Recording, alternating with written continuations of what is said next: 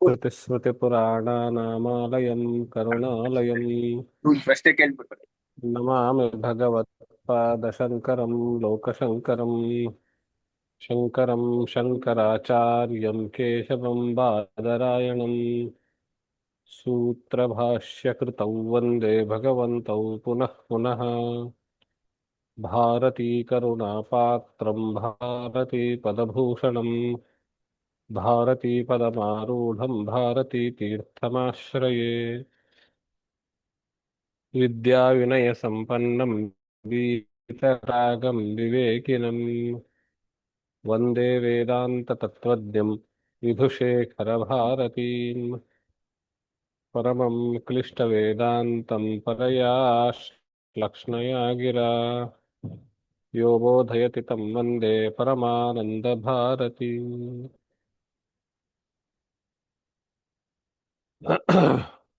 ಜಿಜ್ಞಾಸುಗಳೇ, ತಮ್ಮೆಲ್ಲರ ಬಯಕೆಯಂತೆ ಅಧಿಕ ಮಾಸವು ಇವಾಗ ನಡೀತಾ ಇರುವುದರಿಂದ ನಮ್ಮ ನಿಶ್ಚಿತವಾದ ಭಾಗವತದ ಕಥಾಭಾಗ ಮುಂದುವರಿಯುವ ಸ್ಥಾನದಲ್ಲಿ ತಮ್ಮಗಳ ಅಪೇಕ್ಷೆಯಂತೆ ಅಧಿಕ ಮಾಸದ ಕುರಿತಾಗಿ ಹೇಳಬೇಕು ಅಂತ ತಾವು ಹೇಳಿರೋದರಿಂದ ಇವತ್ತಿನ ಪಾಠ ಅಧಿಕ ಮಾಸದ ಸುತ್ತಮುತ್ತಲೂ ಇರುತ್ತೆ. ಇದೊಂದು ಜ್ಯೋತಿಷ್ಯದ ಲೆಕ್ಕಾಚಾರದಲ್ಲಿ ನಡೆಯಲೇಬೇಕಾಗಿರುವಂತಹ ಒಂದು ಘಟನೆ. ಅಧಿಕ ಮಾಸ ಅಂದ್ರೆ ಹೇಗೆ ಅಂದ್ರೆ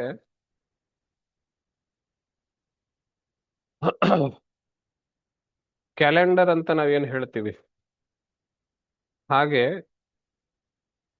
ಜ್ಯೋತಿಷ ಆಧಾರದ ಕ್ಯಾಲೆಂಡರ್ಗಳಲ್ಲಿ 6 ಪ್ರಕಾರದ, ಕೆಲವೊಂದು ಕಡೆ 5 ಅಂತ ಹೇಳ್ತಾರೆ,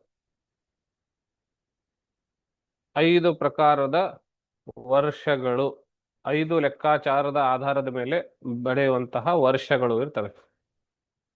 ಸೌರ ವರ್ಷ, ಅದಕ್ಕೆ ಸೂರ್ಯನ ಗತಿಯಿಂದ ಅಳೆದ ಲೆಕ್ಕಾಚಾರ ಮಾಡಿದ್ರೆ ಅದಕ್ಕೆ ಸೌರಮಾನ. ಚಂದ್ರನ ಗತಿಯಿಂದ, ಚಂದ್ರನ ಚಲನೆಯಿಂದ ಅಳೆಯುವಂತಹ ಲೆಕ್ಕಾಚಾರಕ್ಕೆ ಅದಕ್ಕೆ ಚಾಂದ್ರಮಾನ ಅಂತೆಲ್ಲ ಹೇಳ್ತಾರೆ.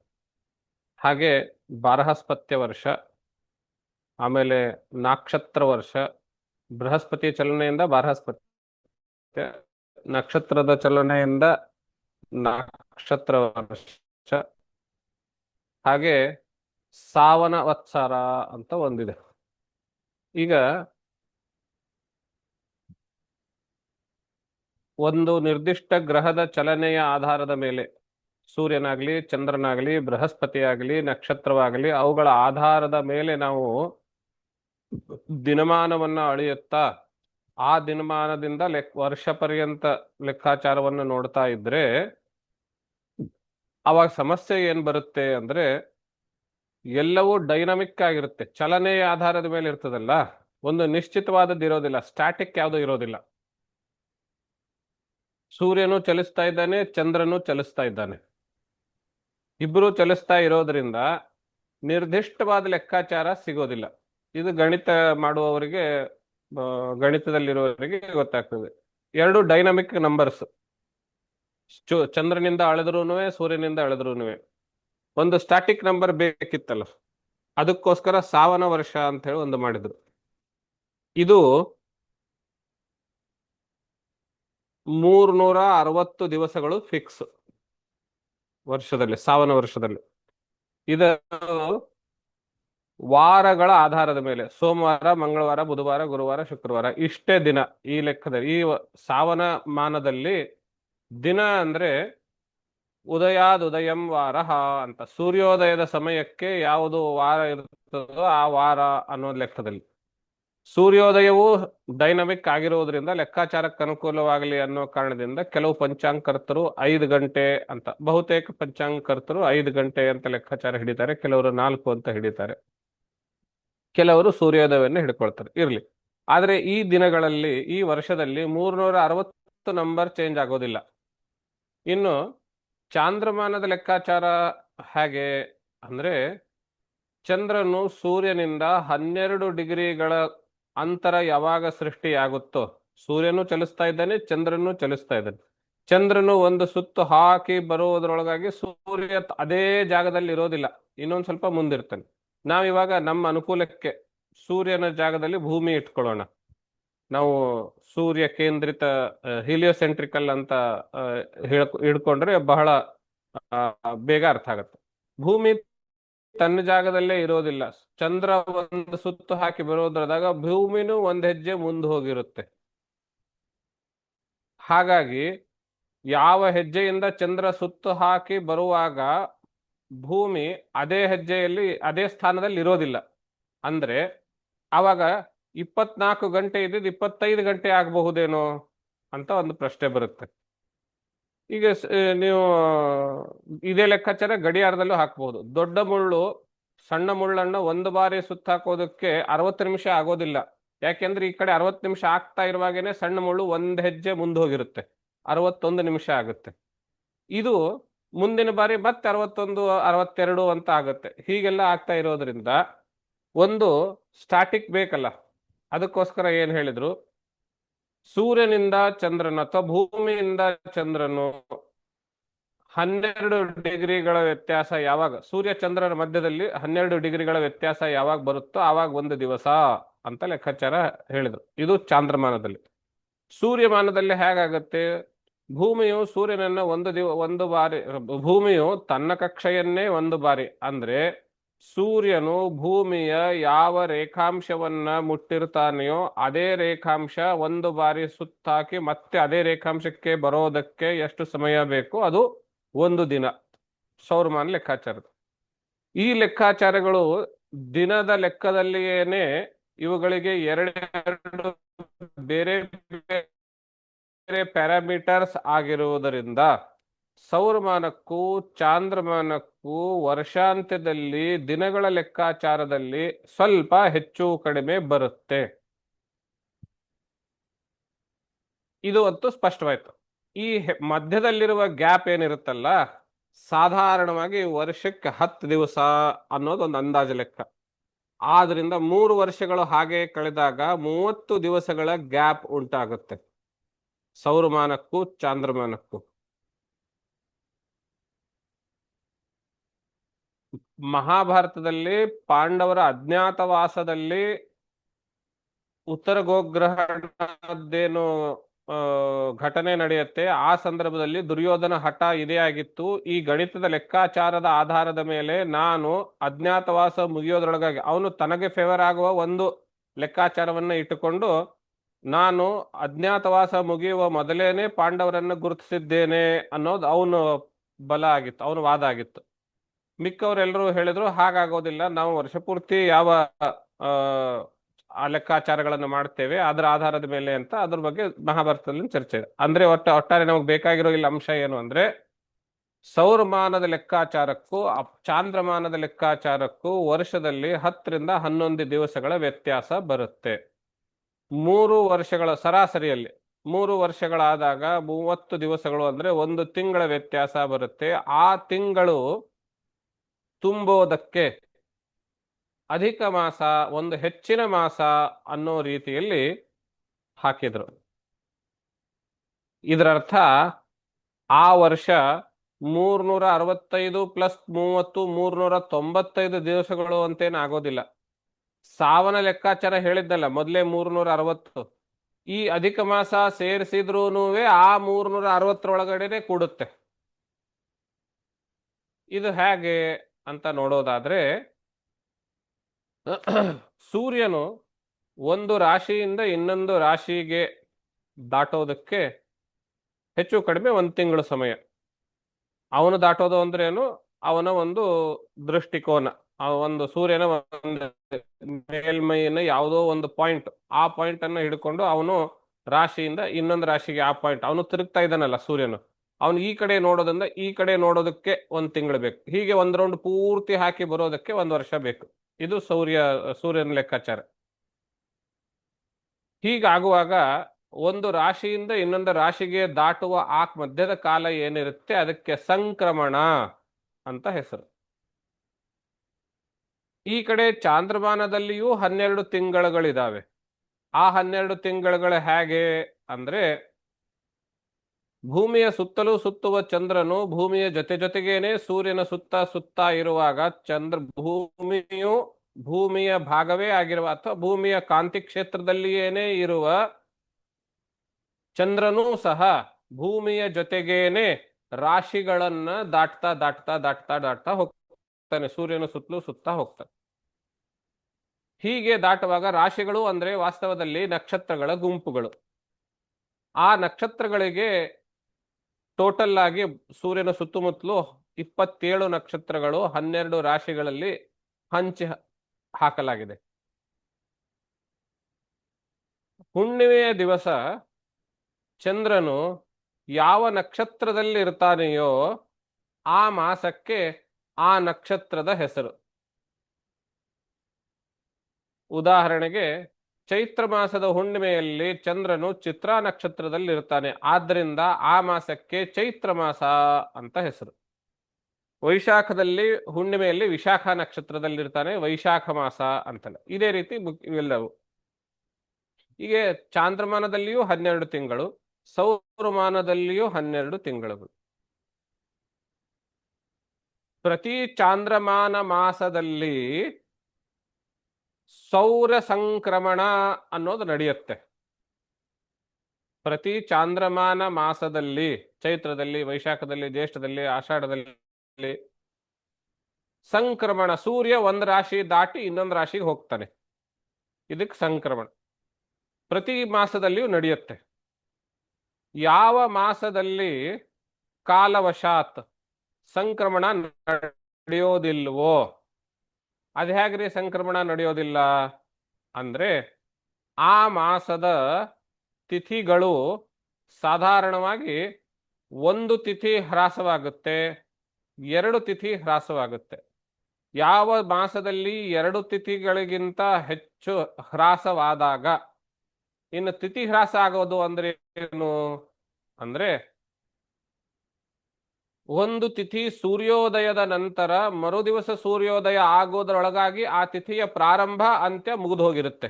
6 ಗಂಟೆಗೆ ಸೂರ್ಯೋದಯ ಅಂದ್ರೆ 6 ಗಂಟೆ 5 ನಿಮಿಷಕ್ಕೆ ತಿಥಿ ಶುರು ಆಗಿರುತ್ತೆ. ಮರುದಿವಸ 6 ಗಂಟೆಗೆ ಅಂದ್ರೆ 5:55ಕ್ಕೇನೆ ಆ ತಿಥಿ ಮುಗಿದು ಹೋಗಿರುತ್ತೆ. ಯಾವ ತಿಥಿ ಸೂರ್ಯೋದಯವನ್ನ ಕಾಣುವುದಿಲ್ಲವೋ ಆ ತಿಥಿ ಹ್ರಾಸ ಅಥವಾ ಕ್ಷಯ ಅಂತಾರೆ. ಸಾಧಾರಣವಾಗಿ ಪ್ರತಿ ತಿಂಗಳಲ್ಲಿ 1-2 ಕ್ಷಯಗಳು ಆಗ್ತಾ ಇರ್ತವೆ. ಯಾವ ಮಾಸದಲ್ಲಿ 2ಕ್ಕಿಂತಲೂ ಹೆಚ್ಚು ತಿಥಿಗಳು ಕ್ಷಯವಾದಾಗ ಟೋಟಲ್ ದಿನಗಳ ಸಂಖ್ಯೆ 30 ಇದ್ದಿದ್ದು 27ಕ್ಕೆ ಬರುತ್ತೆ. ಆವಾಗ ಸೌರ ಸಂಕ್ರಮಣ ಆಗದೇ ಇರುವ ಸಾಧ್ಯತೆ ಬರುತ್ತೆ. ಯಾವ ಮಾಸದಲ್ಲಿ ಸೌರ ಸಂಕ್ರಮಣ ಆಗುವುದಿಲ್ಲವೋ ಆ ಮಾಸಕ್ಕೆ ಅಧಿಕ ಮಾಸ ಅಂತ ಹೆಸರು. ಯಾವ ಮಾಸದಲ್ಲಿ ಸೌರ ಮಾಸ ಆಗುವುದಿಲ್ಲವೋ ಆ ಮಾಸಕ್ಕೆ, ಈಗ ನಾವು ಮೊದಲೇನು ಹೇಳಿದ್ವಿ, 1 ತಿಂಗಳು ಹೆಚ್ಚಿಗೆ ತುಂಬಬೇಕು ಅಂತ ಹೇಳಿದ್ವಲ್ಲ ಲೆಕ್ಕಾಚಾರಕ್ಕೆ. ಯಾವ ತಿಂಗಳು ತುಂಬಬೇಕು ಅಂತ ಪ್ರಶ್ನೆ ಬಂತು. ಅದಕ್ಕೋಸ್ಕರವಾಗಿ ಉತ್ತರ ಏನ್ ಹೇಳಿದ್ರು, ಯಾವ ಮಾಸದಲ್ಲಿ ಸಂಕ್ರಮಣ ಆಗೋದಿಲ್ಲವೋ ಆ ಮಾಸವನ್ನು ನಾವು ಹೆಚ್ಚಾಗಿ ತಗೊಳ್ಳೋಣ ಅಂತ ಹೇಳಿದ್ರು. ಅದು ಹೆಚ್ಚಿನ ತಿಂಗಳಾಗಿರುವುದರಿಂದ ಅದಕ್ಕೆ ಅಧಿಕ ಅಂತ ಒಂದು ಹೆಸರು. ಇನ್ನು ಚಲನೆಯ ಲೆಕ್ಕಾಚಾರದ ಪ್ರಕಾರದಲ್ಲಿ ಒಂದೇ ತಿಂಗಳಲ್ಲಿ 2 ಸಂಕ್ರಮಣನೂ ಆಗಬಹುದು. ಆವಾಗ ತಿಥಿ ವೃದ್ಧಿ ಆಗಿರುತ್ತೆ. 30 ದಿವಸಗಳ ಬದಲು 32 ದಿವಸ, 33 ದಿವಸಗಳ ತಿಂಗಳಾಗಿರಬಹುದು. ಆವಾಗ ಒಂದೇ ಚಾಂದ್ರಮಾನ ಮಾಸದಲ್ಲಿ 2 ಸೌರ ಸಂಕ್ರಮಣಗಳು ಘಟಿಸಬಹುದು. ಅಂತಹ ಮಾಸವು ಕ್ಷಯ ಮಾಸ ಅಂತ ಕರೆಸ್ಕೊಳ್ಳುತ್ತೆ. ಯಾವ ರೀತಿ ಅಧಿಕ ಮಾಸ ಬರುತ್ತೋ ಅದೇ ರೀತಿ ಕ್ಷಯ ಮಾಸವೂ ಬರುತ್ತೆ. ಕ್ಷಯ ಮಾಸ ಬಂದಾಗ ಆ ವರ್ಷ ದಿನಗಳು ತುಂಬೋದಕ್ಕೆ ಕ್ಷಯ ಮಾಸಕ್ಕೂ ಪೂರ್ವದಲ್ಲಿ, ಕ್ಷಯ ಮಾಸದ ನಂತರದಲ್ಲಿ 2 ಅಧಿಕಗಳಾಗಿರುತ್ತವೆ. ಬಹಳ ವಿಚಿತ್ರವಾದ ಲೆಕ್ಕಾಚಾರ ಅದು. ಧರ್ಮಶಾಸ್ತ್ರೀಯ ವಿಷಯದಲ್ಲಂತೂ ಬಹಳ ಗೊಂದಲಕ್ಕೆ ಬರುತ್ತೆ ಕ್ಷಯ ಮಾಸದ ವಿಷಯ ಬಂದಾಗ. ಇರಲಿ, ಇವಾಗ ಅಧಿಕ ಮಾಸದ ಬಗ್ಗೆ ನೋಡಿದಾಗ, ಅಂದ್ರೆ ಯಾವ ಚಾಂದ್ರಮಾನ ಮಾಸದಲ್ಲಿ ಸೌರ ಸಂಕ್ರಮಣ ಅನ್ನೋದು ಘಟಿಸೋದಿಲ್ಲವೋ, ನಡೆಯೋದಿಲ್ಲವೋ ಅದಕ್ಕೆ ಮಲಮಾಸ ಅಂತ ಹೆಸರು ಕೊಟ್ಟರು. ಯಾಕೆ ಮಲಮಾಸ ಹೆಸರು ಕೊಟ್ಟರು ಅಂದ್ರೆ, ಆ ಮಾಸದಲ್ಲಿ ಸೌರ ಸಂಕ್ರಮಣವಾಗದೇ ಇರುವುದರಿಂದ ಯಾವುದೇ ಧರ್ಮಶಾಸ್ತ್ರೀಯ ಧಾರ್ಮಿಕ ಪುಣ್ಯ ಕಾರ್ಯಗಳನ್ನ ಮಾಡಲು ಸಾಧ್ಯವಿಲ್ಲ ಅನ್ನೋದು ಧರ್ಮಶಾಸ್ತ್ರೀಯ ನಿಯಮ. ಸಂಕ್ರಮಣ ಇರ್ಬೇಕು, ಪ್ರತಿ ಮಾಸದಲ್ಲಿ ಸಂಕ್ರಮಣ ಇದ್ರೇನೆ ಮಾಸ ಇದು ಮಾಡೋದಕ್ಕೆ ಸಾಧ್ಯ, ಎಲ್ಲ ಕರ್ಮಗಳು ಮಾಡೋದಕ್ಕೆ ಸಾಧ್ಯ, ಪುಣ್ಯ ಸಂಚಯ ಆಗೋದಕ್ಕೆ ಸಾಧ್ಯ. ಸಂಕ್ರಮಣವೇ ಇಲ್ಲ ಅಂತಾದಾಗ ಆ ಮಾಸದಲ್ಲಿ ಯಾವುದೇ ಪುಣ್ಯ ಕಾರ್ಯಗಳನ್ನ ಶುಭ ಕಾರ್ಯಗಳನ್ನ ಮಾಡಕೂಡದು ಅನ್ನೋದು ಧರ್ಮಶಾಸ್ತ್ರೀಯ ನಿರ್ಣಯ. ಈ ನಿರ್ಣಯವಾದಾಗ ಅಧಿಕ ಮಾಸ ಮಹಾತ್ಮೆ ಎನ್ನುವಂತಹ ಕಥೆಯಲ್ಲಿ ಅಧಿಕ ಮಾಸ ಅಂದ್ರೆ ಮುಂಚೆ ಅದಕ್ಕೆ ಮಲಮಾಸ ಅಂತ. ಮಲ ಯಾಕೆ ಅಂತಂದ್ರೆ ಸಂಕ್ರಮಣ ಆಗೋದಿಲ್ಲ ಅನ್ನೋ ಕಾರಣಕ್ಕೆ ಮಲ. ಇವಾಗ ಆ ಮಾಸದಲ್ಲಿ ಯಾವುದೇ ರೀತಿಯ ಉತ್ಸವಗಳು, ಶುಭ ಕಾರ್ಯಗಳು, ಪುಣ್ಯಾಹಗಳು, ಹೋಮ ಯಾಗಾದಿಗಳು ಯಾವುದೂ ನಡೆಯಲಿಲ್ಲ. ನಡೆಯದೇ ಇರುವಾಗ ಆಮೇಲೆ ಆ ಮಾಸ ಹೆಚ್ಚಾಗಿ ಕ್ಯಾಲ್ಕುಲೇಷನ್ಗೋಸ್ಕರ ಆ್ಯಡ್ ಆಗಿರುವುದರಿಂದ ಆ ಮಾಸಕ್ಕೆ ಮಾಸಾಧಿಷ್ಠ ದೇವತೆ ಅನ್ನೋದು ಯಾರೂ ಇಲ್ಲ. ಹೀಗಿರುವ ಪರಿಸ್ಥಿತಿನಲ್ಲಿ ಆ ಮಾಸ ಯಾವುದಿದೆಯೋ ಆ ಮಾಸಕ್ಕೆ ಬೇಜಾರಾಯಿತು. ಅಂದ್ರೆ ಆ ಮಾಸದಲ್ಲಿ ತನಗೆ ಅಧಿಷ್ಠಾತ್ರ ದೇವತೆ ಇಲ್ಲ, ತನ್ನ ಮಾಸದಲ್ಲಿ ಯಾರೂ ಪುಣ್ಯ ಕಾರ್ಯಗಳನ್ನು ಮಾಡ್ತಾ ಇರಲಿಲ್ಲ. ಹಾಗಿರುವಾಗ ನನ್ನನ್ನು ತಿರಸ್ಕರಿಸಲ್ಪಟ್ಟಲಾಗಿದೆ ಅನ್ನುವಂತಹ ರೀತಿಯಲ್ಲಿ ಮಲಮಾಸವು ತನ್ನ ದುಃಖವನ್ನ ತೋಡಿಕೊಳ್ಳಲು ಮಹಾವಿಷ್ಣುವಿನ ಹತ್ರ ಹೋಯ್ತು. ಮಹಾವಿಷ್ಣುವಿನ ಹತ್ರ ಹೋದಾಗ ಮಹಾವಿಷ್ಣು ಈ ಒಂದು ಮಲಮಾಸದ ಒಂದು ತಿರಸ್ಕೃತ ಭಾವ, ಮಲಮಾಸವನ್ನು ಕುರಿತು ತಿರಸ್ಕೃತ ಭಾವವನ್ನು ಕಂಡು ಅದರಿಂದ ಸೊರಗಿದಂತಹ ಮಲಮಾಸದ ಆರ್ತನಾದವನ್ನು ಕೇಳಿ ಭಗವಂತನು ಆ ಮಲಮಾಸಕ್ಕೆ ಒಂದು ವಿಶೇಷ ವರವನ್ನ ಕೊಡ್ತಾನೆ. ಹಾಗೆ ನೋಡಿದ್ರೆ 2 ವರ ಕೊಡ್ತಾನೆ. ಮೊದಲನೇದಾಗಿ, ನಿನಗೆ ಯಾವುದೇ ಮಾಸಾಧಿಷ್ಠಾತ್ರ ದೇವತೆ ಇಲ್ಲ ಅಂತ ಇದೆಯಲ್ಲ, ಇವಾಗ ನೀವು ನಾಮಕರಣ ಮಾಡ್ತೀರಲ್ಲ, ನಾಮಕರಣ ಮಾಡುವಾಗ ಹೆಸರು ಬರೀಬೇಕಾದ್ರೆ ಮಾಸನಾಮ ಅಂತ ಇರುತ್ತೆ. ಮಾರ್ಗಶೀರ್ಷದಿಂದ ಪ್ರಾರಂಭ ಮಾಡಿಕೊಂಡು ಅಚ್ಯುತ, ಅನಂತ, ಕೃಷ್ಣ ಅನ್ನುವಂತ ಎಲ್ಲ ಹೆಸರುಗಳು ಇರ್ತವೆ. ಚಕ್ರಿ ಅನ್ನುವಂತ ಹೆಸರುಗಳು. ಆ ಪಟ್ಟಿನಲ್ಲಿ ಅಧಿಕ ಮಾಸಕ್ಕೆ ಹೆಸರೇ ಇಲ್ಲ. ಆದ್ರಿಂದ ಆ ಅಧಿಕ ಮಾಸದಲ್ಲಿ ಯಾವ ಕಾರ್ಯಗಳು ಆಗ್ತಾ ಇಲ್ಲ. ಅಧಿಷ್ಠಾತ್ರ ದೇವತೆ ಯಾರೂ ಇಲ್ಲ. ಯಾವ ಬಂದು ನಾನು ಈ ಮಾಸವನ್ನು ಓನ್ ಮಾಡ್ತೀನಿ ಅಂತ ಯಾರೂ ಹೇಳಲಿಲ್ಲ. ಇದರಿಂದ ತಿರಸ್ಕೃತ ಭಾವದಿಂದ ಕೂಡಿರುವಂತಹ ಆ ಮಲಮಾಸಕ್ಕೆ ಸಮಾಧಾನ ಪಡಿಸಲು ಭಗವಂತನು ಮಹಾವಿಷ್ಣುವು ಇನ್ನು ಮೇಲೆ ನಿನ್ನ ಮಾಸಕ್ಕೆ ಅಧಿಷ್ಠಾತ್ರ ದೇವತೆ ನಾನೇ ಆಗಿರ್ತೇನೆ ಪುರುಷೋತ್ತಮ ಎಂಬ ಹೆಸರಿನಿಂದ ಅಂತ ವರ ಕೊಡ್ತಾನೆ ಮೊದಲನೇದು. ಆದ್ರಿಂದ ಈ ಮಾಸಕ್ಕೆ ಪುರುಷೋತ್ತಮ ಮಾಸ ಅಂತಲೂ ಹೆಸರು. ಇನ್ನೊಂದು ವರ ಏನು ಕೊಡ್ತಾನೆ ಅಂದ್ರೆ, ಈ ಪುರುಷೋತ್ತಮ ಮಾಸದಲ್ಲಿ ಯಾರಾದರೂ ಯಾವುದೇ ಕರ್ಮ ಮಾಡಲಿ ಅದಕ್ಕೆ ಅದಕ್ಕೆ ನಿರ್ದಿಷ್ಟವಾದ ಪುಣ್ಯ ಎಷ್ಟಿರುತ್ತೋ ಆ ಪುಣ್ಯಕ್ಕಿಂತಲೂ ಹೆಚ್ಚಿನದಾದ ಪುಣ್ಯ ಅವರಿಗೆ ಸಿಗುತ್ತೆ ಅಂತ. ಅಧಿಕಸ್ಯ ಅಧಿಕಂ ಫಲಂ ಅನ್ನುವಂತ ಒಂದು ಮಾತು. ಅಧಿಕ ಮಾಸಕ್ಕೆ ಎಲ್ಲ ಮಾಸಗಳಲ್ಲಿ ಮಾಡಿದ, ಅಂದ್ರೆ ಸಾಧಾರಣವಾಗಿ ಒಂದು 10 ರೂಪಾಯಿ ದಾನ ನೀವು ಸಾಮಾನ್ಯ ಮಾಸದಲ್ಲಿ ಮಾಡಿದರೆ 10 ರೂಪಾಯಿ ಪುಣ್ಯ ನಿಮಗೆ ವಾಪಸ್ ಬರುತ್ತೆ. ಅದೇ 10 ರೂಪಾಯಿ ದಾನವನ್ನ ನೀವು ಅಧಿಕ ಮಾಸದಲ್ಲಿ ಮಾಡಿದರೆ ಬರುವಂತಹ ಪುಣ್ಯ 10ಕ್ಕಿಂತ ಹೆಚ್ಚಿಗೆ ಇರುತ್ತೆ. ಅಧಿಕಸ್ಯ ಅಧಿಕಂ ಫಲಂ ಅನ್ನುವಂಥ ಈ 2 ಮಹಾವಿಷ್ಣುವಿನ ಈ 2 ವಚನಗಳಿಂದ ಪುರುಷೋತ್ತಮ ಎಂಬ ಹೆಸರಿನಿಂದ ನಾನು ಅಧಿಷ್ಠಾತ್ರ ದೇವತೆ ಆಗಿರ್ತೇನೆ ಒಂದು, ಈ ಮಾಸದಲ್ಲಿ ಮಾಡಿರುವ ಎಲ್ಲಾ ಕರ್ಮಗಳ ಫಲಗಳು ಅಧಿಕವಾಗಿರುತ್ತವೆ 2. ಈ ಕಾರಣದಿಂದ ಈ ಅಧಿಕ ಮಾಸದಲ್ಲಿ ದಾನಾದಿ ಕರ್ಮಗಳು ಹೆಚ್ಚು ಮಾಡಬೇಕು, ಹೆಚ್ಚಿನ ಪುಣ್ಯ ಸಂಪಾದನೆ ಮಾಡೋದಕ್ಕೆ ಹೆಚ್ಚು ಮಾಡಬೇಕು ಅನ್ನುವಂತಹ ಒಂದು ಸಂಪ್ರದಾಯ ಬೆಳೆದುಕೊಂಡು ಬಂದಿದೆ. ಇನ್ನು ಪುರುಷೋತ್ತಮನೇ ತನ್ನ ಈ ಮಾಸದಲ್ಲಿ ಇನ್ನು 33 ಸಂಖ್ಯೆ ವ್ಯವಸ್ಥೆ ಏನು ಅಂತಂದ್ರೆ, ಸಾಧಾರಣವಾಗಿ ಆ ಒಂದು ತಿಂಗಳ ಸೌರಮಾನ ಚಾಂದ್ರಮಾನ ಇವೆರಡರ ಲೆಕ್ಕಾಚಾರಗಳಲ್ಲಿ ಒಂದು ತಿಂಗಳ ಗ್ಯಾಪ್ ಏನ್ ಬರುತ್ತೆ ಅದು ಹೆಚ್ಚು ಕಡಿಮೆ 30ರಿಂದ 36 ತಿಂಗಳ ಒಳಗಡೆ ಬರುತ್ತೆ. 30 ತಿಂಗಳು ಅಥವಾ 36 ತಿಂಗಳು. 30ಕ್ಕಿಂತ ಮೊದಲು ಬರೋದಿಲ್ಲ, 36 ನಂತರ ಬರೋದಿಲ್ಲ.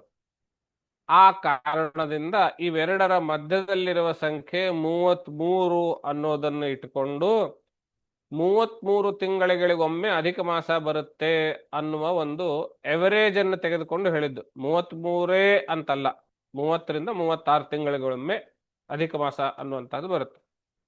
ಈ ದಿನಗಳಲ್ಲಿ ಭಗವಂತ ಪುರುಷೋತ್ತಮನ ಹೆಸರಿನ ಜೊತೆಗೆ ಪ್ರತಿನಿತ್ಯವೂ ಕೂಡ ಒಂದೊಂದು ಹೆಸರಿನಲ್ಲಿ ತಿಥಿಗೆ ಅಧಿಷ್ಠಾತ್ರ ದೇವತೆ ಆಗಿರ್ತಾರೆ. ಅದೆಲ್ಲ ಆ ಪುರುಷೋತ್ತಮ ಪೂಜಾ ವಿಧಾನದಲ್ಲಿ, ಪುರುಷೋತ್ತಮ ಯಾಗದಲ್ಲಿ ಅದೆಲ್ಲ ಹೆಸರುಗಳು ಕೊಟ್ಟಿದ್ದಾರೆ. ಎಲ್ಲ ವಿಷ್ಣುವಿನ ಹೆಸರುಗಳಿಗೆ ಅಚ್ಯುತ, ಅನಂತ, ಕೇಶವ, ಮಾಧವ, ಚಕ್ರಿ, ಶಾರಂಗಿ ಅಂತೆಲ್ಲ ಹೆಸರುಗಳಿದ್ದಾವೆ. ಹೀಗಾಗಿ 33 ದೇವತೆಗಳ 33 ಹೆಸರಿನಿಂದ ಪುರುಷೋತ್ತಮನ ಪೂಜೆ, 33 ಹೆಸರುಗಳಿಂದ ಪುರುಷೋತ್ತಮನ ಯಾಗ, ಪುರುಷೋತ್ತಮನಿಗೆ ಆಜ್ಯಾಹುತಿ, ಪಾಯಸಾಹುತಿ, ಸಮಿತ್ತಿನ ಆಹುತಿಗಳನ್ನು ಕೊಟ್ಟು ಮಾಡುವಂತಹದ್ದು ಯಾಗ, ಮತ್ತು ಅಪೂಪದಾನ ಅನ್ನುವಂತಹದ್ದು ಒಂದು ವಿಶೇಷವಾಗಿದೆ. ಅಪೂಪ ಅನ್ನುವಂತಹದ್ದು ನಾವು ನಮ್ಮ ಕಡೆ ಅನಾರಸ ಅಂತ ಹೇಳ್ತೀವಿ. ಈ ಕೆಲವು ಕಡೆ ಅತ್ತಿರಸ ಅಂತಲೂ ಹೇಳ್ತಾರೆ ಕರ್ನಾಟಕದಲ್ಲಿ. ಬೆಂಗಳೂರಲ್ಲಿ ಏನ್ ಹೇಳ್ತಾರೋ ಗೊತ್ತಿಲ್ಲ ನಂಗೆ. ಅಪೂಪ ಅಂದ್ರೆ ಶಬ್ದಶಃ ತೆಗೆದುಕೊಂಡ್ರೆ ಅಪೂಪ ಅಂದ್ರೆ ಫ್ರೈ ಮಾಡಿರೋದು, ಕರೆದಿರೋ ಪದಾರ್ಥ ಅಂತ ಸಂಕಲ್ಪದಲ್ಲೇ ಬರುತ್ತೆ. ಕಜ್ಜಾಯ ಅಂತ ಕಜ್ಜಾಯ ಅಂದ್ರೆ ಗಿಲ್ಗಂಚಿ ಅಂತ ಹೇಳ್ತೀವಿ, ಅದು ಬೇರೆ. ಹಾ, ಅತ್ರಾಸ್ ಅಂತ ಇರುತ್ತೆ, ಅತ್ರಾಸ್ ಅಂತಾನು ಇದೆ ಪದ.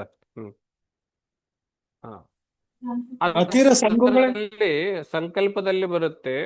ಆ ಅಪೂಪದ ಮೇಲೆ ಅತಿರಸ ಅಂತೂ ಅನ್ಬಹುದು. ಹಲೋ, ಹರಿ ಓಂ. ಅತಿರಸ ಅಂತೂ ಇದೆ, ಪದ ಇದೆ.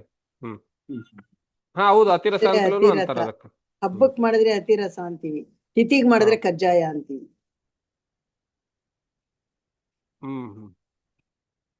ಇರ್ಬಹುದು. ಅದರ ಮೇಲೆ ಕರೆಯುವಾಗ ಬಿದ್ದಿರುವಂತಹ ಒಂದೊಂದು ತೂತುಗಳಿರ್ತದಲ್ಲ, ಚಿಕ್ಕ ತೂತುಗಳು, ಸಾಕಷ್ಟು ತೂತುಗಳು ಬಿದ್ದಿರ್ತಾವೆ, 100,000 1,000 ತೂತುಗಳು ಬಿದ್ದಿರ್ತವೆ.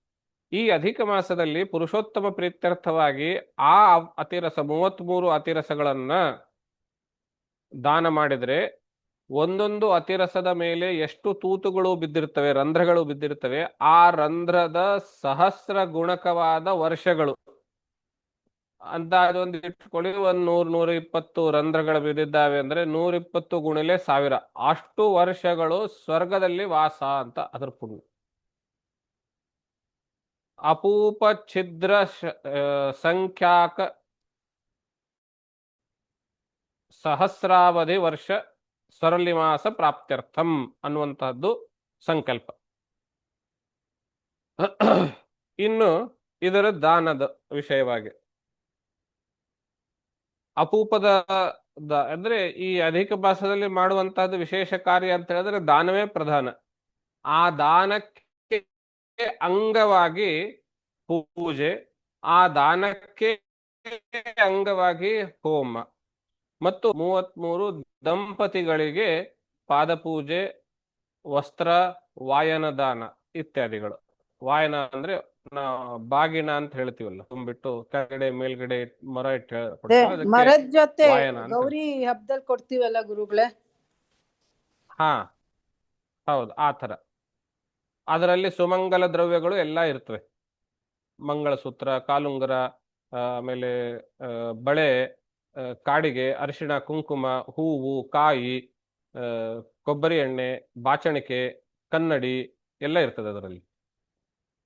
ಈ ಎಲ್ಲವುಗಳನ್ನು ಇಟ್ಟು ದಂಪತಿಗಳಿಗೆ ಪುರುಷೋತ್ತಮನ 33 ಹೆಸರುಗಳಿಂದ ಒಂದೊಂದು ಹೆಸರಿಂದ ಒಂದೊಂದು ದಂಪತಿಗೆ ಆವಾಹನ ಮಾಡಿ ಅವರಿಗೆ ಪಾದಪೂಜೆ ಇತ್ಯಾದಿಗಳನ್ನ ಮಾಡಿ ವಸ್ತ್ರ ಸಹಿತವಾಗಿ ಅಪೂಪದಾನವನ್ನ ಕೊಡುವಂತಹದ್ದು ಇದು ಅಧಿಕ ಮಾಸ ನಿಮಿತ್ತ ಮಾಡುವಂತಹ ಎಲ್ಲಕ್ಕಿಂತ ಶ್ರೇಷ್ಠವಾಗಿರುವ ದಾನ. ಕಾಲಾಂತರಗಳಲ್ಲಿ ಈ ಅಧಿಕ ಮಾಸದ ಬಗ್ಗೆ ಕೆಲವು ತಪ್ಪು ಕಲ್ಪನೆಗಳು ಕೂಡ ಮೂಡಿಕೊಂಡು ಬಂದವು. ಅಂತಹ ತಪ್ಪುಗಳಲ್ಲಿ ಒಂದನೆಯದ್ದು, ಅಧಿಕ ಮಾಸದಲ್ಲಿ ಮಾಡಿದರೆ ಡಬಲ್ ಫಲ ಬರುತ್ತೆ ಅಂತ ಒಂದು ಪ್ರಸಿದ್ಧವಾಗಿದೆ, ಹೇಳ್ತಾರೆ. ಡಬಲ್ ಅನ್ನುವಂತಹ ಯಾವ ಅರ್ಥದ ಪದಗಳು ಅದರಲ್ಲಿಲ್ಲ. ಅಧಿಕಸ್ಯ ಅಧಿಕಂ ಫಲಂ ಅಂತ, ಹೆಚ್ಚಿನ ಫಲ ಅಂತ ಇದೆ. ಹೆಚ್ಚು ಅಂದ್ರೆ ಡಬಲ್ಲೇ ಆಗಿರಬೇಕು ಅಂತಿಲ್ಲ, ಟ್ರಿಬಲ್ಲು ಆಗಿರ್ಬೋದು, 10 ಪಟ್ಟು ಆಗಿರ್ಬೋದು, ಭಗವಂತನಿಗೆ ಗೊತ್ತು. ಸಾಮಾನ್ಯ ದಿನಗಳಲ್ಲಿ ಮಾಡುವ ದಾನಕ್ಕಿಂತಲೂ ಹೆಚ್ಚಿನ ದಾನ ಅನ್ನುವಂತಹದ್ದು ಇದೆ. ಎರಡನೇ ಮಿಸ್ಕನ್ಸೆಪ್ಷನ್, ಸಾಧಾರಣವಾಗಿ ಈ 16 ಸೋಮವಾರ ವ್ರತ ಮಾಡುವಂಥವರು ಆಷಾಢ ಸೋಮವಾರದಿಂದ ಪ್ರಾರಂಭ ಮಾಡಿಕೊಂಡು, ಆಷಾಢ ಶುಕ್ಲ ಪಕ್ಷ ಸೋಮವಾರದಿಂದ ಪ್ರಾರಂಭ ಮಾಡಿಕೊಂಡು ಕಾರ್ತಿಕ ಶುಕ್ಲ ಪಕ್ಷದ ಸೋಮವಾರದವರೆಗೆ ಮಾಡ್ತಾರೆ. ಇನ್ನು ಕೆಲವರು ಶ್ರಾವಣದಿಂದ ಪ್ರಾರಂಭ ಮಾಡಿಕೊಂಡು ಮಾರ್ಗಶೀರ್ಷದವರೆಗೆ ಮಾಡ್ತಾರೆ. ಈ ಅಧಿಕ ಮಾಸದಲ್ಲಿ 16 ಸೋಮವಾರ ಮಾಡುವ ಬದಲು 4 ಸೋಮವಾರ ಮಾಡಿದರೆ 4 ಸೋಮವಾರದಿಂದ 16 ಸೋಮವಾರದ ಫಲ ಬರುತ್ತೆ ಅನ್ನುವಂತಹದ್ದು ಒಂದು ತಪ್ಪಾಗಿರುವ ಬಹಳ ದೊಡ್ಡ ಅಪಪ್ರಚಾರ, ತಪ್ಪು ಪ್ರಚಾರ. ಈ ಮಾತಿಗೆ ಯಾವುದೇ ವಾಕ್ಯಗಳು ಆಧಾರ ಸಿಗೋದಿಲ್ಲ. ಅಧಿಕಸ್ಯ ಅಧಿಕಂ ಫಲಂ ಅಂತ ಹೇಳಿದ್ದಾರೆ ಹೊರತು 4 ಮಾಡಿದರೆ 16ಕ್ಕೆ ಸಮ ಆಗುತ್ತೆ ಅಂತ ಹೇಳಿಲ್ಲ. ಇನ್ನು ಅವರು ಪಾಪ ಶ್ರದ್ಧೆಯಿಂದ ಮಾಡೋದಕ್ಕೆ ತಯಾರಾಗಿರ್ತಾರೆ. ಈ ನೆಪದಿಂದ ಆದ್ರೂ 4 ಮಾಡ್ಲಿ ಅಂತ ಹೇಳಿ ನಾವು ಪರವಾಗಿಲ್ಲ ಮಾಡಿ ಅಂತ ಹೇಳ್ತೇವೆ ಹೊರತು 16 ಸೋಮವಾರ ಮಾಡಿರೋ ಫಲ 4 ಸೋಮವಾರದಲ್ಲಿ ಬರುತ್ತೆ ಅನ್ನುವಂತಹದ್ದಕ್ಕೆ ಯಾವುದೇ ಪ್ರಮಾಣಗಳು ಅನ್ನುವಂಥದ್ದು ಇಲ್ಲ. ಇನ್ನು ಮೂರನೇದ್ದು, ಅಲ್ಲಿ ಅಪೂಪ ಛಿದ್ರ ಸಂಖ್ಯಾಕ ಸಹಸ್ರಾವಧಿ ವರ್ಷ ಅಂತ ಪದ ಇರೋದ್ರಿಂದ ಅಪೂಪನ ಯಾಕೆ, ಛಿದ್ರ ಇರೋದು ಯಾವುದೂ ತೆಗೆದುಕೊಳ್ಳಬಹುದು. ಯಾವುದೇ ಫ್ರೈಡ್ ಐಟಮ್ ಅಲ್ಲಿ ಛಿದ್ರ ಬಂದಿರುತ್ತೆ, ಹಾಗಾಗಿ ರಂಧ್ರ ಬಂದಿರುತ್ತೆ, ಹಾಗಾಗಿ ಯಾವ ರಂಧ್ರವೂ ಆಗುತ್ತೆ ಅಂತ ಒಂದು ಮಾತು. ಇದಕ್ಕೆ ಅಪೂಪ ಅನ್ನೋ ಶಬ್ದದಿಂದ ಕರೆದಿರೋ ಪದಾರ್ಥ, ಫ್ರೈ ಮಾಡಿರೋ ಪದಾರ್ಥ ಅಂತ ಸಂಸ್ಕೃತದಲ್ಲಿ ಅರ್ಥ ಇರುವುದರಿಂದ ಆ ಮಾತನ್ನು ಬಹಳ ಪ್ರಸಿದ್ಧವಾಗಿ ಹೇಳ್ತಾರೆ. ಆದರೆ ಅಲ್ಲಿ ಅಧಿಕ ಮಾಸದ ಮಹಾತ್ಮೆಯಲ್ಲಿ, ಕಥೆಯಲ್ಲಿ ಆ ಅತಿರಸ ಅನಾರಸ ಮಾಡುವ ವಿಧಾನವನ್ನು ನಾವು ಸೂಕ್ಷ್ಮವಾಗಿ ಗಮನಿಸಿದ್ರೆ ಯಾವುದೇ ಕರೆದಿರೋ ಪದಾರ್ಥ ಅಂತ ಅರ್ಥ ಬರೋದಿಲ್ಲ. ಈ ನಾವು ಅನಾರಸ ಅನ್ನೋದು ಮಾಡ್ತೀವೋ ಆ ಅರ್ಥನೇ ಬರುತ್ತೆ. ಅದನ್ನ ಹಿಟ್ಟನ್ನು ತೆಗೆದುಕೊಂಡು ಹೀಗೆ ಪುಟ್ಟವಾಗಿರುವಂತಹ ಚಪಾತಿ ತರ ತಟ್ಟಿ ಅದಕ್ಕೆ ಗಸಗಸೆ ಎಲ್ಲ ಹಚ್ಚಿ ಅಂತೆಲ್ಲ ಪದ ಬರುತ್ತೆ, ವರ್ಣನೆ ಬರುತ್ತೆ.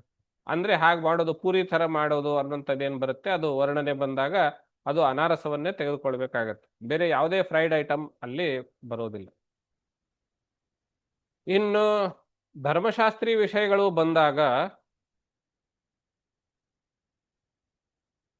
ಯಾವ ಸಂಸ್ಕಾರಗಳು ಈ ಮಲಮಾಸದಲ್ಲಿ ಅಥವಾ ಅಧಿಕ ಮಾಸದಲ್ಲಿ ಮಾಡ್ಲಿಕ್ಕಾಗೋದಿಲ್ಲ, ಯಾವ ಕಾಮ್ಯ ಕರ್ಮಗಳು ಈ ಅಧಿಕ ಮಾಸದಲ್ಲಿ ಮಾಡ್ಲಿಕ್ಕಾಗೋದಿಲ್ಲ.